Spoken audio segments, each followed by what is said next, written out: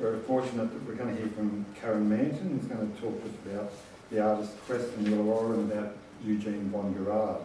I did ask a German member of the library staff how to pronounce Eugene von Guerard's name, and she said, "Oh, Eugene's not a German name," but then she went off and told me all these various ways of possibly pronouncing it, so I just gave up. I'll just stick with Eugene von Guerard. I was talking earlier to Karen a little bit about this, and to me, I know a little bit about von Guerard here in the Illawarra, and I've read a bit about his work, but I really don't, like a lot of people, I don't think I know much about him as a person. We see his beautiful works, and they're very well known, especially to those who are interested in the colonial period art of Australia. But about the person himself, I mean, there's not a lot known, and I think it's going to be very interesting what we'll hear here today from Karen. So I just welcome Karen Manton.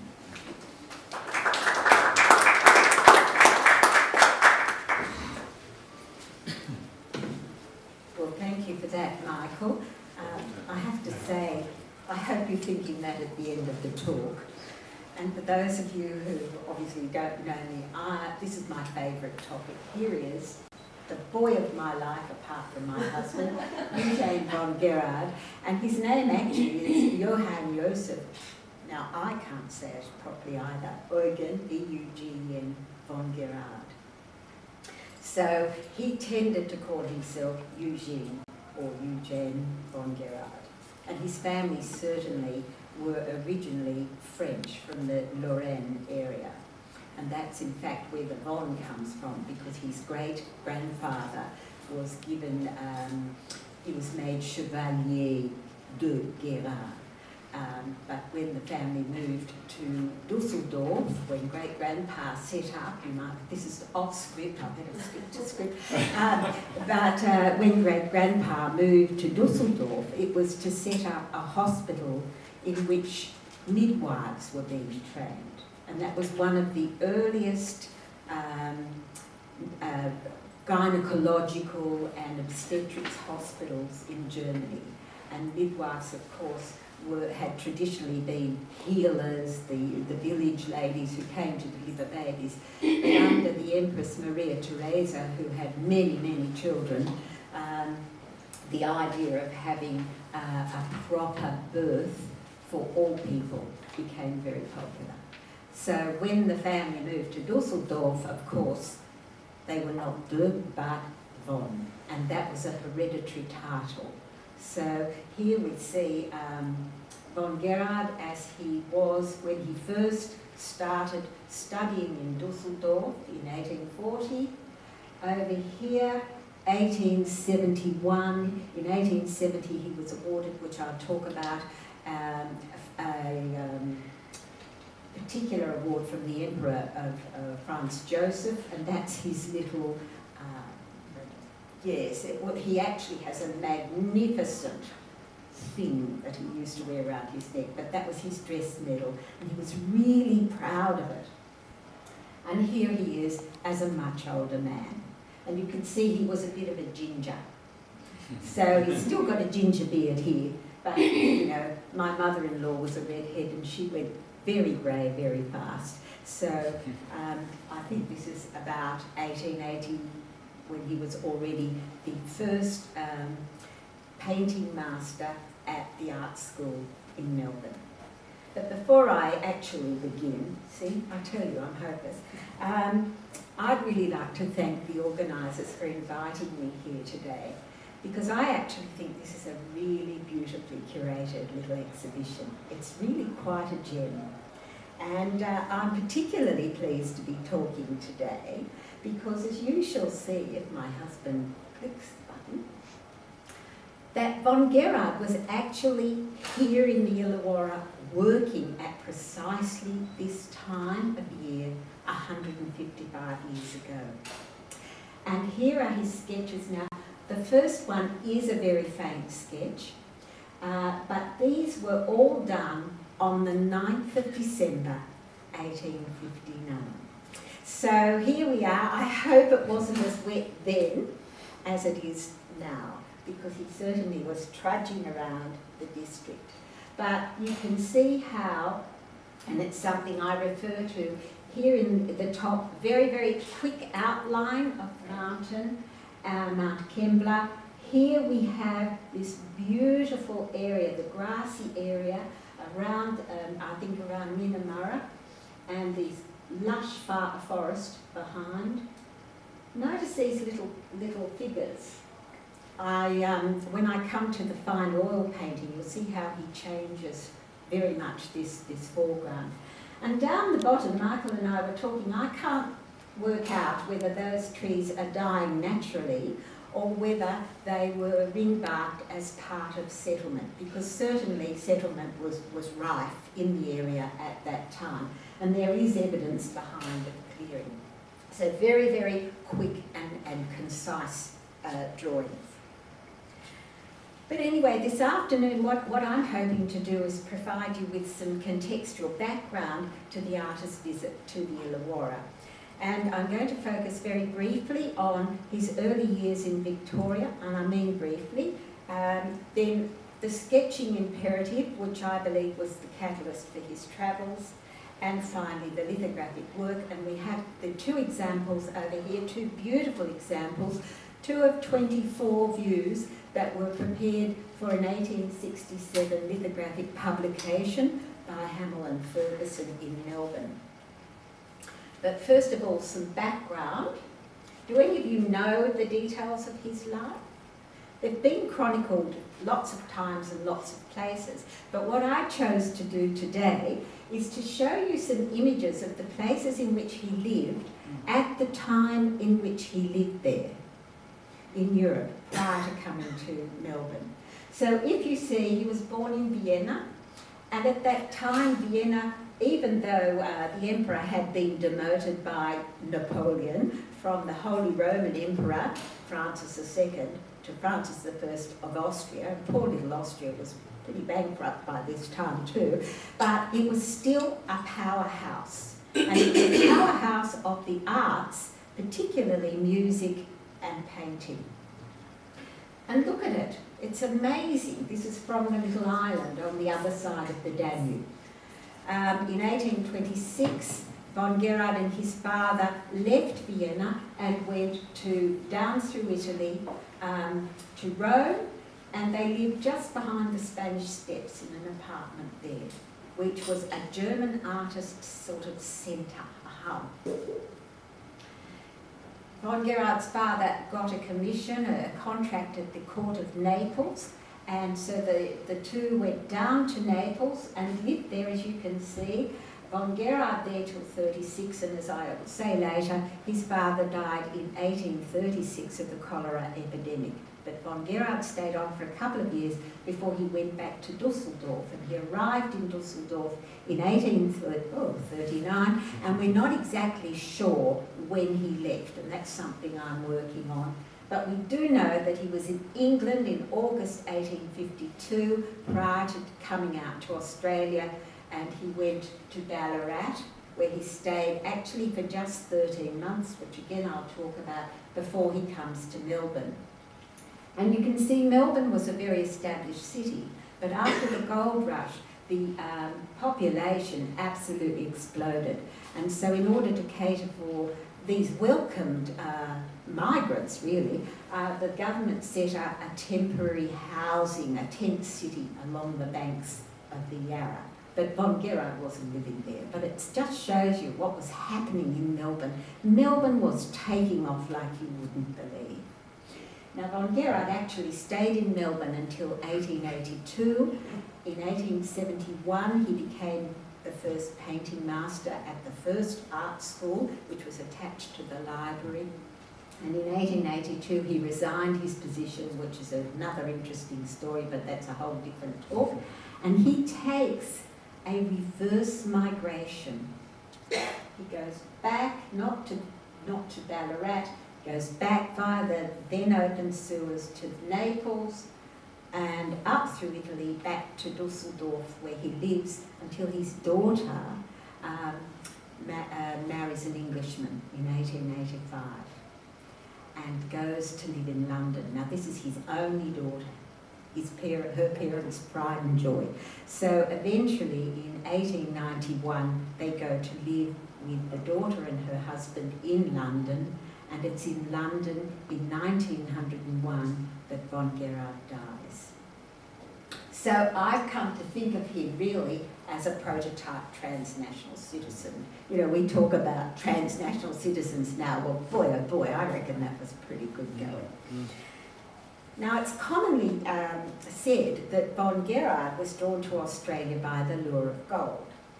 And he certainly did arrive here in the company of some Frenchmen whom he'd met in Gravesend and who'd formed a cooperative to come to the Ballarat goldfields to try their luck. But he only remained there, as I said, for 13 months. And I'm working very much around this because I think if you were really desperate, there were lots of other gold mines being opened up. So 13 months, not quite 13 months, is not a long time. But they had to work very hard.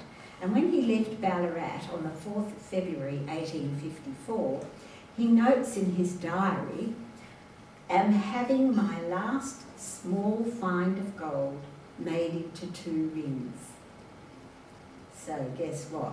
Marriage to his Prussian fiancée was definitely on his mind.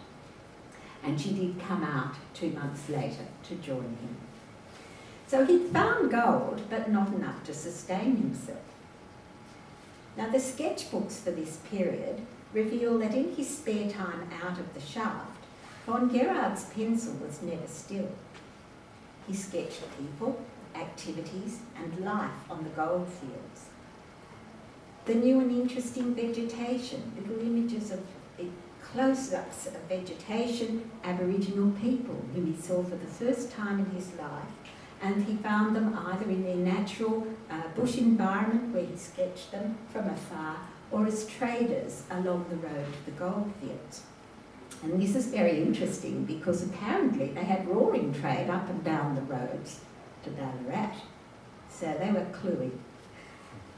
One of their prime entrepreneurial, I suppose, prizes was the possum skin blankets, not the cloaks, but they made blankets, and these were amazingly important for the miners who were often lying in tents on the ground.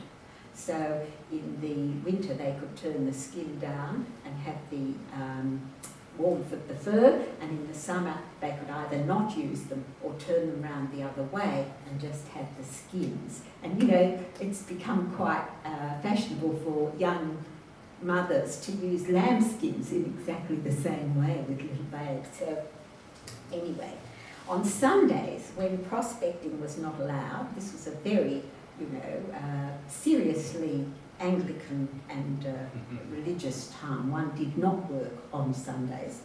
After church, and he was a practicing Catholic, he'd set off on foot to explore the surrounding landscape, where he sketched many of the views that were to be found in his early works. Given the international obsession with the Victorian gold rush, accounts of life on the goldfields were particularly attractive and potentially lucrative as a market for painters and writers. And possibly that had been in his thoughts as he wrote and sketched, because his only diary that we know of is actually of his time on the goldfields. And Ruth Pullen has recently found in the State Library of Victoria little cut-out images from 2 of his missing early books, which we all now think he was probably going to make some kind of publication of this time. Anyway, upon his arrival in Melbourne, von Guerard set up his first studio in Burke Street, and he commenced his work as a professional artist. Now remember, he was 41 when he emigrated. 41. So he was a product of the old world, but now he was a citizen of the new. He was a highly trained artist, but he wasn't sure of the taste and market in Melbourne. So he starts to exhibit seascapes, and I don't know if you recall last year, Lorraine Diggins in Melbourne came up with a wonderful early seascape that had been misattributed to a Russian artist, but was clearly signed von Guerard. And so this is one of 4 landscapes that he exhibited straight away when he came to Australia. But he also did a few landscapes and some genre paintings. And you will probably have seen images of On the Road to the Diggings, or I Found It, you know, the prospector standing there full centre of the painting, with a lot of light going on behind from the goldfields. But I have to say, the newly moneyed classes of Melbourne were not really keen patrons of the arts. And if you think about some of Gill and Strutt's early illustrations of the new money in Melbourne, there was quite a cartoon element to this sort of crassness, and certainly they weren't interested in high art. So after an unsuccessful attempt to sell his paintings by lottery, which was a practice quite common in Europe and England, in 1855, von Guerard opted to show his works either in exhibitions or by appointment to his studio, or in the window of Dr. Joseph Wilkie's music shop. That firm became Allen's, but it was at 15 Collins Street, quite close to where von Guerard and his wife were living, or in the premises of the framers and gilders, where he'd sent his paintings to be framed. But by the end of 1857, with a wife and child to support, it became increasingly imperative that von Guerard find more buyers for his work. His quest to locate new views for his paintings became more urgent. Contemporary newspaper accounts record that the artists, and this is supposedly after an interview with him, that his original intention for coming to the colony was indeed that, to explore new scenes for his artistic endeavours. He doesn't say anything about gold, but perhaps one doesn't, you know, in polite society. Anyway, this point was further emphasised in March 1866 in the prospectus that Hamill and Ferguson prepared for the potential subscribers to their forthcoming publication of the Australian Views. And I quote, "The original purpose for which this distinguished artist visited these colonies was to make sketches of the most picturesque features of Australia with a view to their publication in Europe." So he's thinking all the time, where will I sell, who's going to be interested, etc. In pursuit of this object, he's traversed no inconsiderable portion of Victoria, New South Wales, South Australia and Tasmania. And so it goes. Now in all, von Guerard undertook 16 known sketching trips out of Melbourne, away from Melbourne. Resourceful, resilient and an experienced hiker, he trekked, rode, camped or slept at various homesteads when bush hospitality was offered to him. He availed himself of other forms of transport too, and when convenient he put up at local inns. And we were just talking earlier about the way he followed the path outlined in the annual directories that were published in New South Wales for travellers, that would sort of say, you know, you start off on the train to Parramatta and then you get this coach to here and there's a very nice crossing there and an inn where you can stay. So it was very well documented. And in fact, in the path to the Blue Mountains, von Guerard almost paralleled the walk or the tour done much earlier by Charles Darwin and stayed in exactly and visited exactly the same spots. So who knows? But in Victoria, he had walked from Geelong to Ballarat and back. So he put his stuff on a wagon, because it was really expensive to go by wagon, and wagons got stuck and overturned in the ruts. So what potential prospectors did was put all their gear onto the wagon and walk along. And along the way, the extraordinary landforms and views of the western districts made a strong impression on him. So he's sketching along the way. On his early travels there, von Guerard had made the acquaintance of several squatters who'd settled on large runs in the area. These industrious, entrepreneurial settlers were amongst the first to commission works that would celebrate and perpetuate their achievements. So they were his bread and butter, if you like. Their family and business networks were to prove invaluable to the artist, and prompted several returns to the area. Like other successful pastoralists, the Manifold family became staunch patrons and collectors of von Guerard's work. And many paintings remained in the possession not only of the Manifolds, but of all these pastoral families and their descendants for many generations. So a lot of von Guerard's work remained in private hands for a long period of time. And it was Peter Manifold, one of the three Manifold brothers, who commissioned von Guerard to make a trip to the Illawarra. And upon their completion in 1860, the paintings, and we'll look at them, the view of Lake Illawarra, New South Wales, with distant mountains of Kiama, and the second one, which I'll talk about in a minute, the view of forest scenery near Wollongong, these two paintings immediately entered the Manifold family collection. Now, I'm going to move away from this, so I'm hoping you can hear me. You can see here, for example, this is one of his quick sketches that he's done as he comes towards the lake. And that particular sketch, if you look at the landfall behind, would be right in the upper right of the picture. So very quick sketch, which becomes almost a tiny little aspect of the finished work. If you look at the work, this is the painting at the top, here's the lithograph at the bottom, of which we have a beautiful print over here, and I've blown up one section which I'll talk about in a second.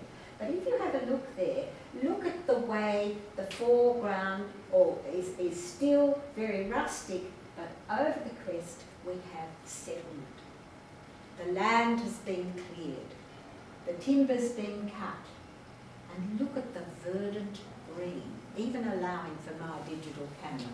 It's a beautiful, lush green, and how it's contrasted there with the soft blue of the lake, and in the real painting you'll see the reflection of the clouds in the sky and the outline. Remember that first sketch, how he does the quick outline of the mountains? You see I talk with my hands, but the point is he incorporates the outlines into the background of the world. And we've lost some of the sky, I think partly because of the light. Now the lithograph, of course, is almost identical.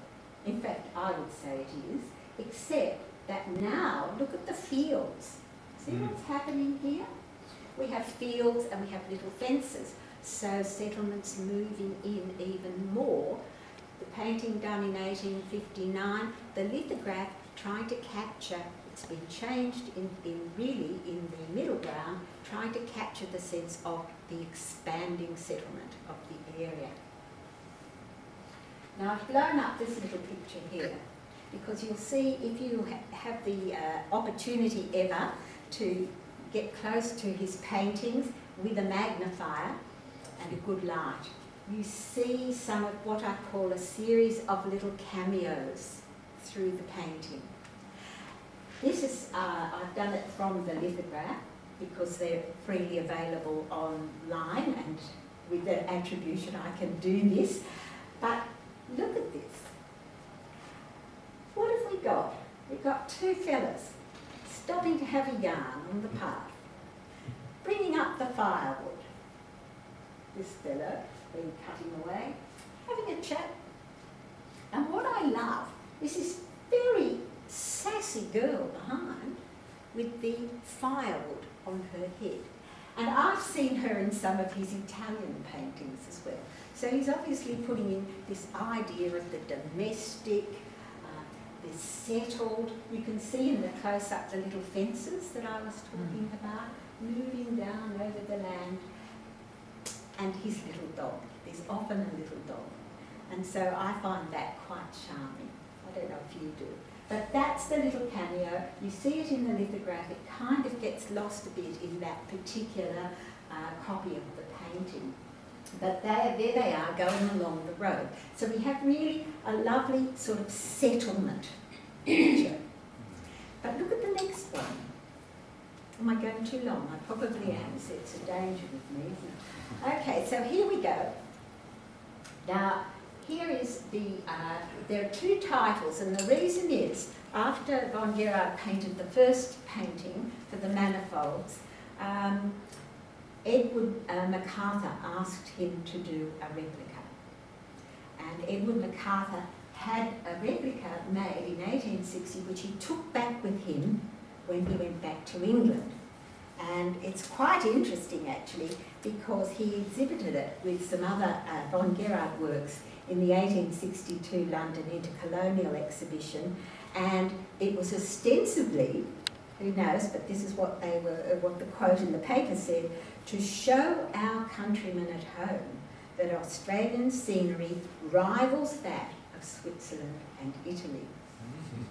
That we too, which is lovely, we too have our Alps and Apennines.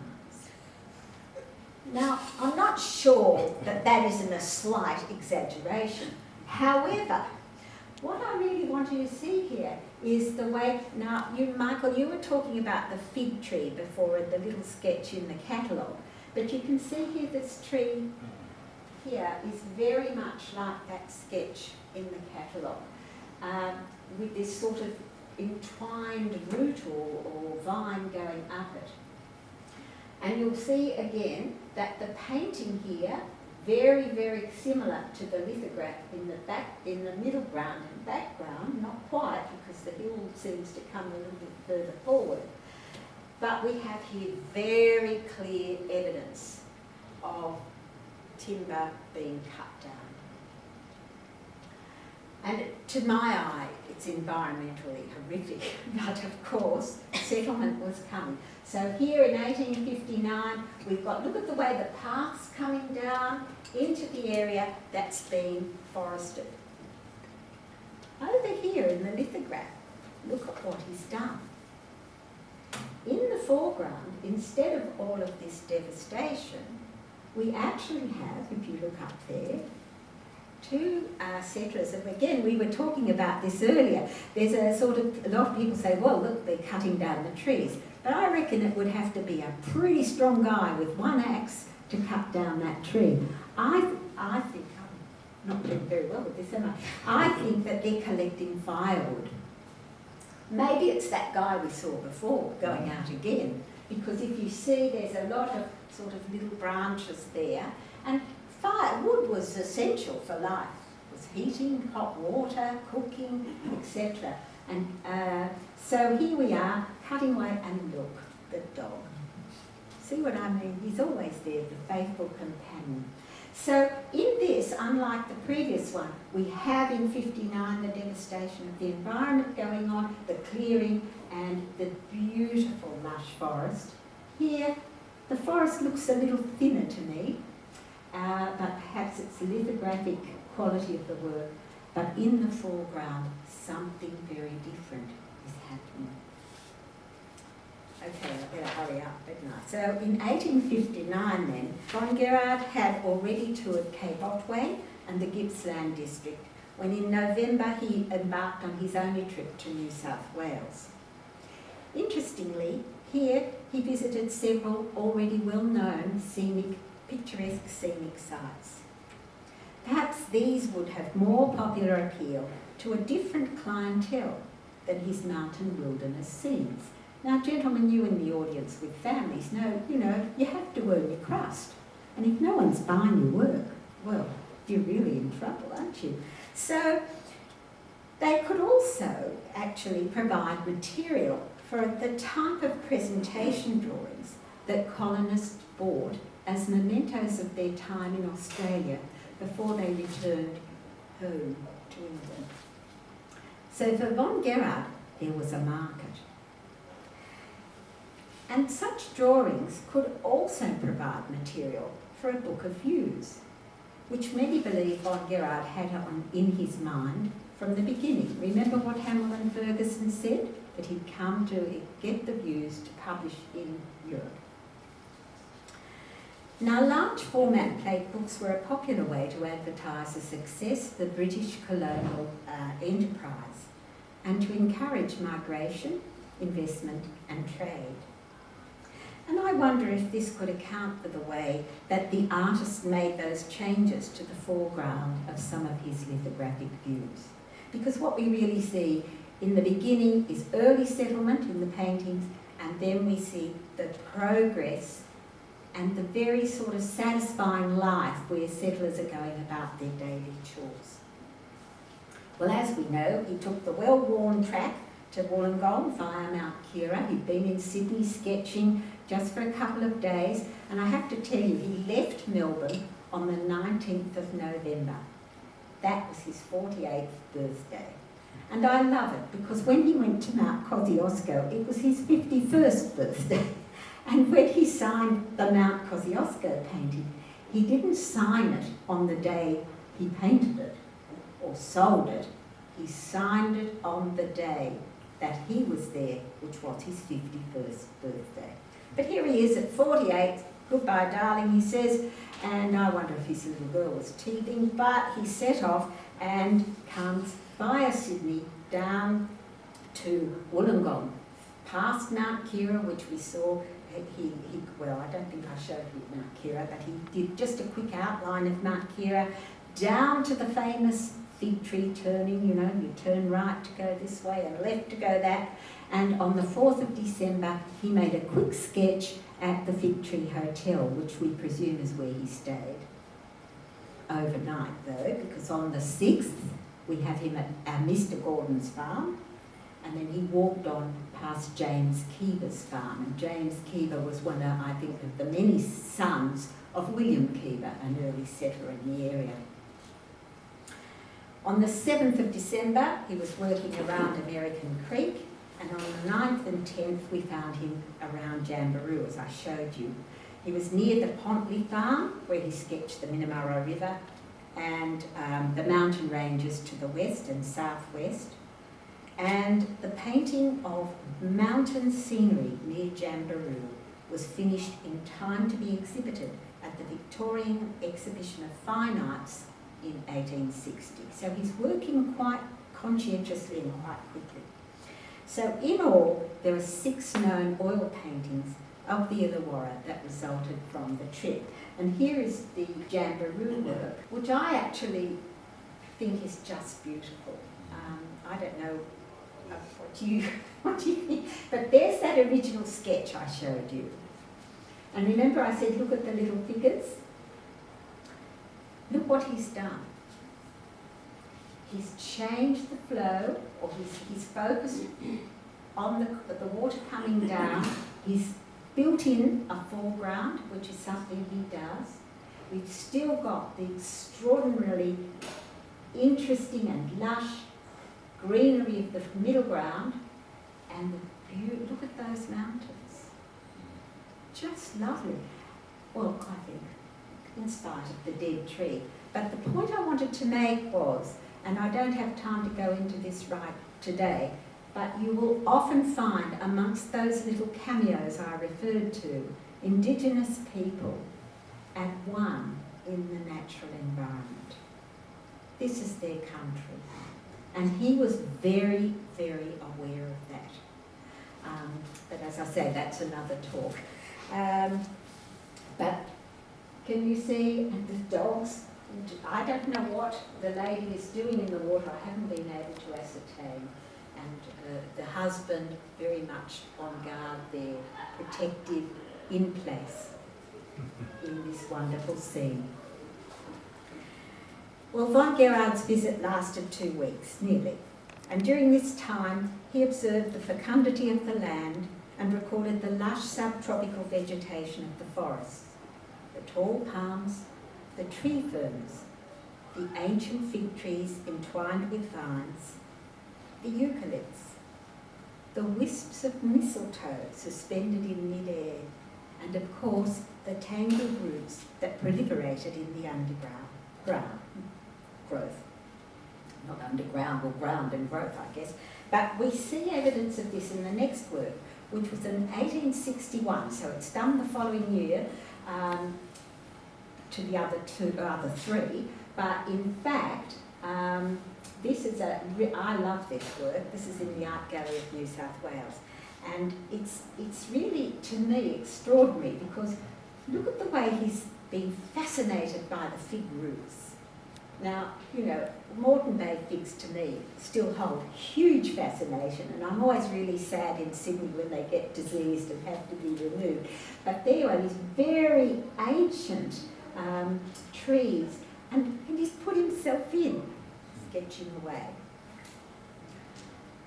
The little picture above is actually in his sketchbook, and it's, to me, a virtually finished piece which he's done of that tree. So here he is looking at the roots, and here we have he's come across this tree. And here is the finished work. And can you see here the roots? So this extraordinary drawing is now incorporated here. And the finished work, virtually the same, except, if you can see, there's a tiny little figure in there looking up at the tree. So these ancient trees were monumental. So he's trying to show us, I think, how amazing, and to give us perspective in terms of size, how amazing these trees were. And you see these little dangles of, I don't know if they're mistletoe in this one. And I want you to have a look at some of those palms in the background, because at the last overhead I have, you'll see them appear again. Now, the other thing that really tickles me about this is that it was shown in Sydney at the Intercolonial Exhibition in Sydney, and it was put up for sale for 60 guineas. And a man called Henry Youngman bought it. Now, Henry Youngman, amongst his other business interests, had a big insurance brokerage. And I wonder if he saw that dead bit leaning on the tree and thought, well, this might be good incentive for people to take out insurance, because I don't know about you, it looks all a bit precarious around there. But there is the fig tree, and again, the foreground he has created, it's very different to the sketch in here, in this area here. But look at how he's leading us in, and virtually central to the canvas, this magnificent specimen of a tree. Well, the number of sketches that focus on the details I've just mentioned suggests to me that von Guerard was very intent, very purposeful about collecting as much detail as he could for his work. He had recorded the expanding agricultural settlement and the flourishing rural industries that he saw. However, and I found this very interesting, the final images he drew before he left the Illawarra, he was in Kiama, show the power of nature rather than the endeavour of settlers to shape the land. Now look at these. These are sketches in a sketchbook, a tiny little sketchbook that fitted in his pocket.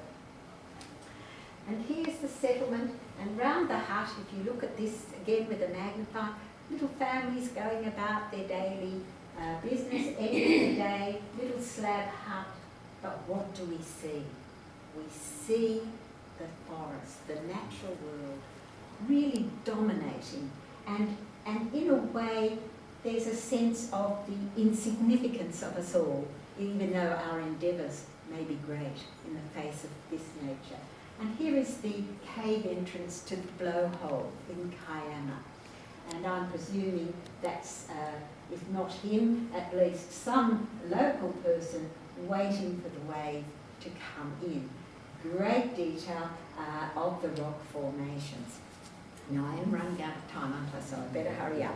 So drawing was central to von Guerard's work, and the two lithographs on this exhibition relate directly to the sketchbooks that he kept with him assiduously throughout his life, and which contained images that he was able to reproduce many years later.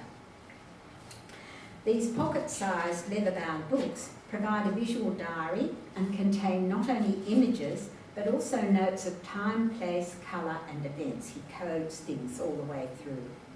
They do record topography, scenes, vegetation and motifs that could later be incorporated into worked up drawings, and they provided the starting point for many of his finished canvases.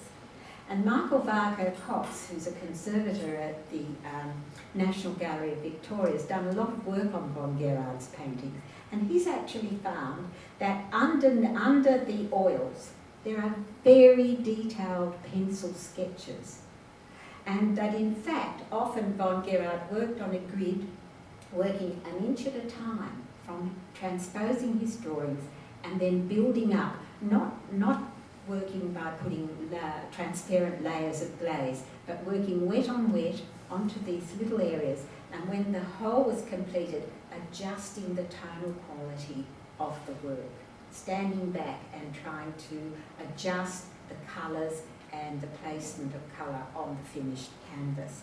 And in fact, in the painting I'll show you in a minute, the one of the Weatherboard Falls, this was the original, was enormous. And what he did was he put little pins along the top of the canvas and ran cottons or cords down to make the grid so that he could work on each little inch at a time.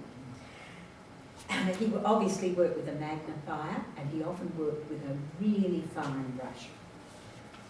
So what I would suggest is that for him, the primacy of drawing really was his artistic touchstone, and it remained that for the rest of his life. So for von Guerard, the experience of seeing and drawing was his way of etching a scene into his memory. And in 1872, in a response to his friend William Strutt, who'd actually left the colony 10 years earlier and who'd asked him a question, he wrote, and I'll read it as he wrote it: "You asked me for the name of the locality from which the view of the little picture is, which Mrs. Guerard gave you. And I must tell you that I have perfectly forgotten what view it was. But if you will kindly give me a description of it, very likely I will be able to make it out." So 10 years later, he would say, if you just tell me roughly what it looks like, I will remember where it was. Pretty amazing. I can't even remember what happened yesterday half the time. But anyway, as an academically trained artist, von Guerard always painted his finished works in his Melbourne studio, and many of them were completed substantially later than the initial visits to the location.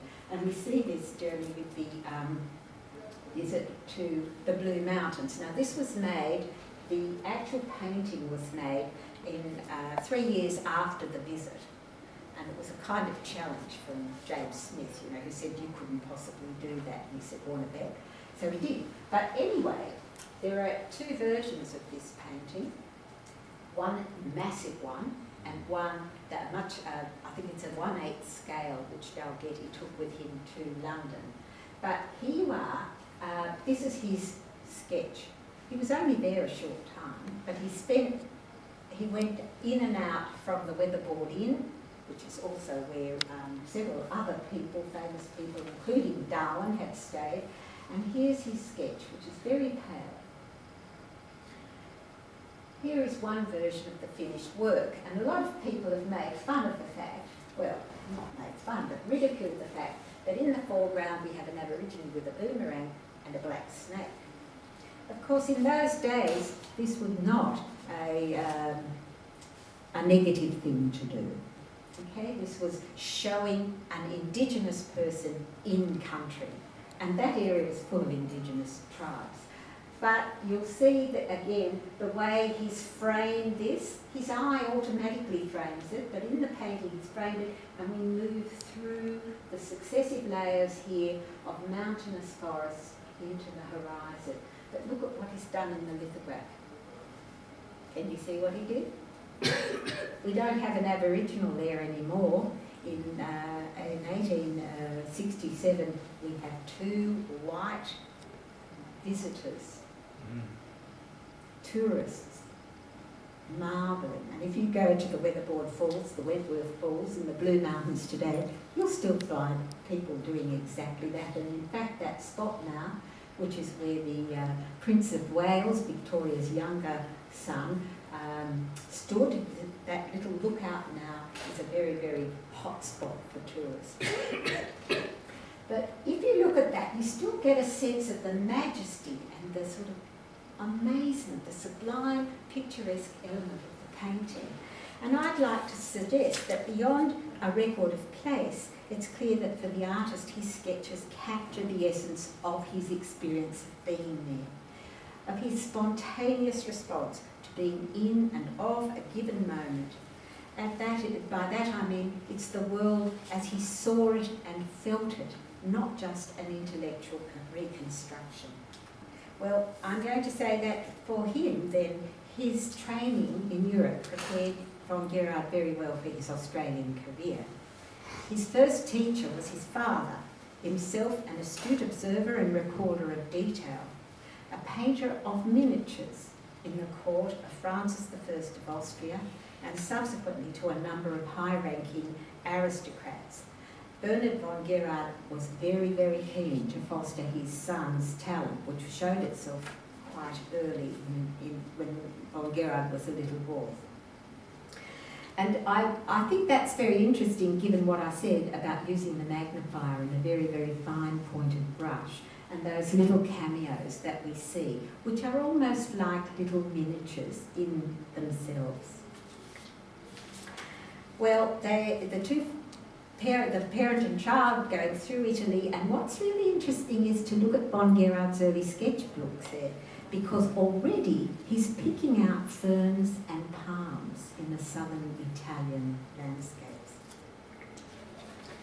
Now, he couldn't do a lot of touring because when he was appointed to the art gallery as teacher and curator, he didn't have the opportunity to do lots of tours, but he certainly did use the sketchbooks to work. And I think probably the earlier ones are a little bit more successful, but that's a personal opinion. Now, as I said to you before, in 1840 to 44, von Guerard was studying at the Kunstakademie in Dusseldorf, and that academy was world famous. And they had set up their first landscape painting department.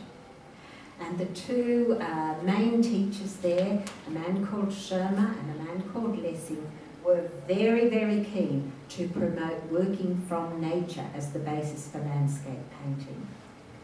And so the students would go out on long trips along the Rhineland and through Westphalia out to Ekrath or to the Neander Valley, which are quite close to Dusseldorf. And there was a train at that time. And they would draw either pencil sketches or little oils on paper. And that was a pattern of going, walking, staying for a while, sketching, painting into the outback. That remained, or well, not the outback, but into the wilderness, if you like. And that remained the pattern for von Guerard for the rest of his active life. But what's interesting, and I'll try and hurry up here, is that located one little street, and this is Old Town Dusseldorf. If you've ever been there, it's a very, very tiny spot, Old Town. One street away were the premises of Heinrich Arndt and Company. And Heinrich Arndt was an internationally well-respected lithographer of very high repute. And one of his sons, Otto, was at the academy at exactly the same time as von Guerard, much younger but in the same classes. And I believe that it was through Otto that Eugene met and subsequently became engaged to one of the Arndts' daughters, Louise, and she was the Prussian fiancée who came out and met him and married him in Melbourne. But what's relevant here, I think, is that the very fine work of the Dusseldorf lithographers must have been the benchmark for Eugene, who remained unhappy with the Australian product of Hamel and Ferguson, the firm that produced these works. Now, the National Library of Australia has the hand-coloured original proofs of this series. So von Guerard went through, he actually drew the original lithographs onto the stone, and with the prints, when he got copies, he hand-coloured them. And he knew he had to work in 3 colours because chromolithography was really in its infancy in Melbourne, and so 3 colours were about the most he could do. Now, I'm putting this one back because if you look really carefully, and I don't have a pointer, can you see those little tiny, they're actually diamonds, but they look like squares? There are 2 here in the water, one at the top and one about here, little pencil marks. Well, they were his codes for the blues. He had little codes. Remember I said in his sketchbook he'd have little symbols for what the colour was. And he's gone down with a little fine brush with blue into the water. And if you look at the original lithograph and look at the final proof and the painting itself even, you can see that in actual fact the original hand colour is very, very subtle and very nuanced and very detailed in the way he's incorporated tones of a single colour. And he wrote to Strutt in 1872, and he said, "I'm very sorry that you've seen that series of views published in Melbourne, because after all my trouble and time which I spent in that work, it was so totally spoiled in printing, as it could be. You know that with only 3 colours, it was infinitely difficult to get a harmonious effect. I had to do everything, and when I left it in the hand of the printers, I was almost certain that after a few proofs, they would make a mess of it. To the present moment," now this is 5 years later, "to the present moment, I have not got my full payment for that work." So, I don't know what Hamel and Ferguson were up to, but something. But what's really interesting is, in spite of that, in 1870, a bound presentation copy earned von Guerard the Cross of the Order of Franz Joseph, as I said, when the Emperor received his copy of the book sent by guess who? The artist. So I maintain it can't have been that bad, can it? But you can see when you look at the subtlety of those hand-coloured proofs and the final lithograph, you can see why he might have, been a bit anxious, but I think it's probably a question of his pragmatism and perfectionism rather than the actual print. And in fact, when he got his award, he made a little speech and he said, "I had put thousands of miles behind me on horseback, on foot, and over the water. I had to defeat troubles of every kind, endure many months of privation in the wilderness, to unite those few sheets in one volume, which can now be lived through in a few moments."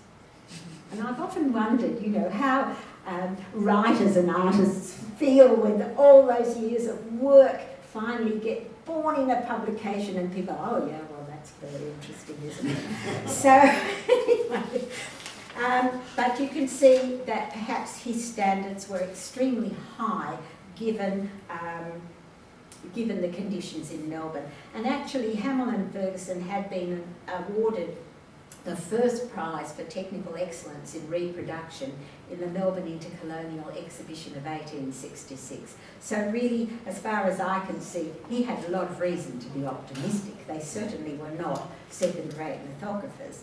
And when the book was published as a big plate book, someone, and we think James Smith, but we're not sure who, put in little texts that go with each print. And the texts are very, very geared to visitors, tourists, people coming to Australia, and the kind of information in them indicate very clearly that it wasn't von Guerard who was writing them. And certainly, as I just read his words, you see his English was good, but it was certainly not as perfect as these texts would suggest. So, in conclusion, I'd like to say that von Guerard maintained all his life, and I'm quoting here, that he wished to paint so closely as he saw the details and effects of nature. For him, an artist should, so far as it is compatible with the effect of a picture, these are his words, imitate nature not only in the masses, but also in the details. He believed this was his noble calling. He called it my noble calling. Exaggeration and distortion were outside his repertoire.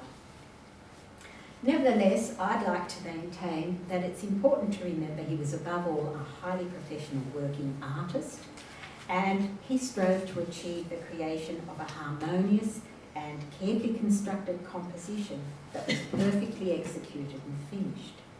And so, as far as I can see, when we look at Jeremy, this is his last, the last work I'll show you very quickly, and I won't read you this quote from Sartre, but I love it, and I think it's very, very apt in terms of von Guerard.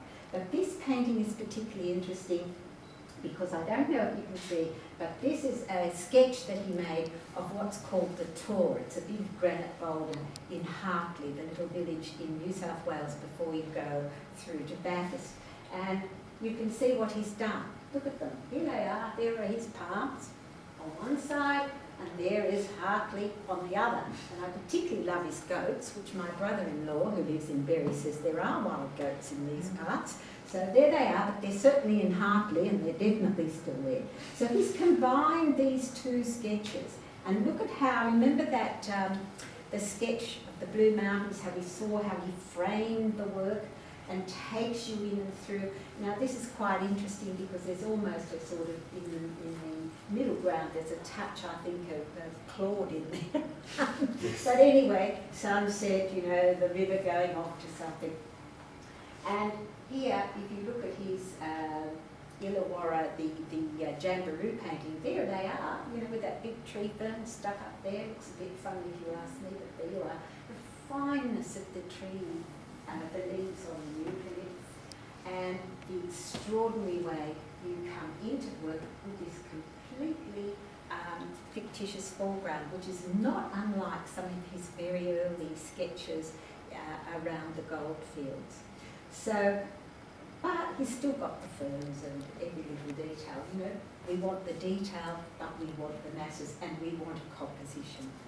So I'd like to say that when we look at his art in this era of digital photography, we perceive it through a lens of a lot of assumptions about picture making and history, and indeed about the world of art. But if we allow ourselves to truly enter von Guerard's work, we share the artist's experience of the visible world and his personal and particular way of seeing, as reconstructed by the marks he makes on paper or stone, as we have over here, or on a canvas. It's country seen through his eyes. He had a strong identification with place. And his paintings, I believe, are now rightly considered to occupy a significant place in the aesthetic reconstruction of our evolving national narrative. I've gone on too long, and I told you I'm very garrulous when it comes to my boy. Thank you very much for your patience.